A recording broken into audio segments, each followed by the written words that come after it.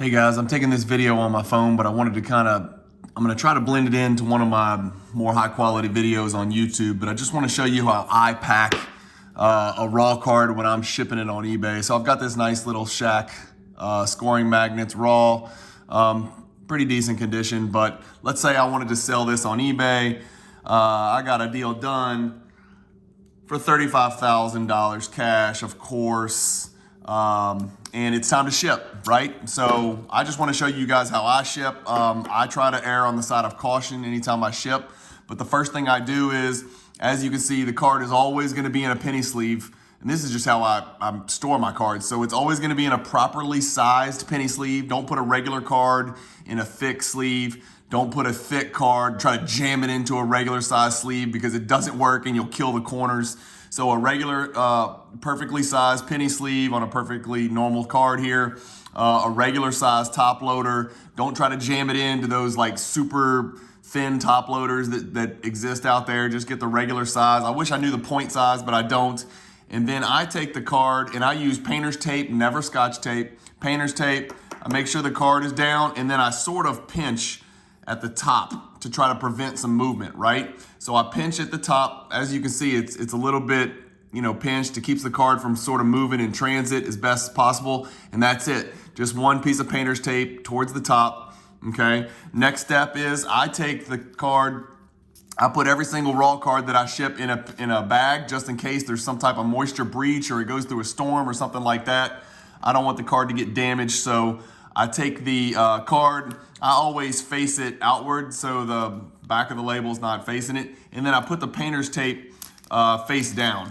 And then you slide the card into the team bag, or you try to.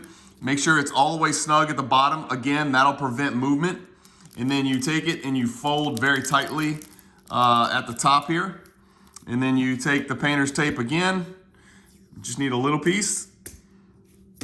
And then some of these already have adhesive, but even when they do, I still go ahead and tape it anyway. Then I've painter's taped it again. The reason we use painter's tape instead of Scotch tape is A, you can see it, and B, it's just easy to take off. Like if I wanted to get this card out, it's real easy. And now your card is set and ready for the sandwich. And so when I say the sandwich, hang on, I'm gonna go off camera here for a second. I prepare the card like this, sorry. I take now masking tape, pull out a piece, lay it flat. I take the bottom of the sandwich, put it down, make sure it hits. I take the card, which is the meat of the sandwich, put it right in the middle. You try to make sure the cardboard extends, especially top to bottom, but also left to right. Make sure it's wide enough. Take the top of the sandwich here. This cardboard isn't anything crazy. I just cut boxes up, or actually I have my son cut boxes up. I've got a nice little employee that works for me. I pay my son to do some of these tasks. You fold it over. Just make sure it's snug and tight. You don't want the card moving. You want it to be part of the sandwich, and you don't want the meat coming out of the bread. You know what I'm saying?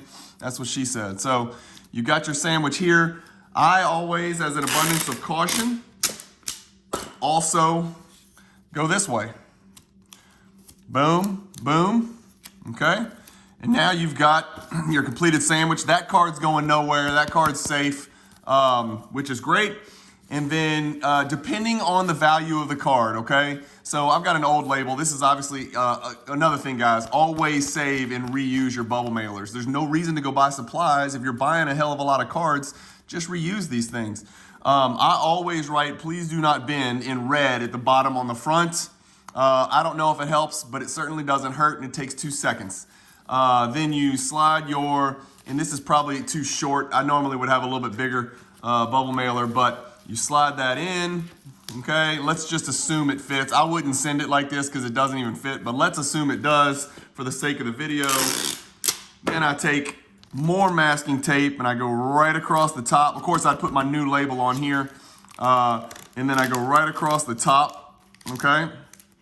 And then you seal it nice and smooth. Again, I would not use this bubble mailer. As you can see, it's not big enough. So, and then I would usually cut these off with scissors here, but let's just fold them for now. And so then I would go onto the back and I would write, photos, please do not bend.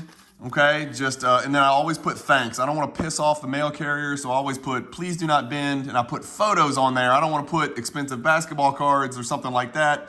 I just kind of want the world to know, hey, I'm sending some photographs. Please don't bend them, it'll ruin them, right? And then I put thanks at the end just to be polite. And then depending on the value of the card, if it's a super valuable card, I might even sandwich again, okay? I might go cardboard, masking tape around it again, and then double bubble, right? And so I wouldn't have put the label here. I would, what I call double bubble, slide it into another bubble mailer. So then you have penny sleeve, card, penny sleeve, top loader, sandwich, small bubble mailer, sandwich, big bubble mailer. That card's never getting damaged, right? And then boom, and now you've got a double bubble, a double sandwich, you slap your label on there, and you're smooth sailing. Anyway, that's how I ship raw cards.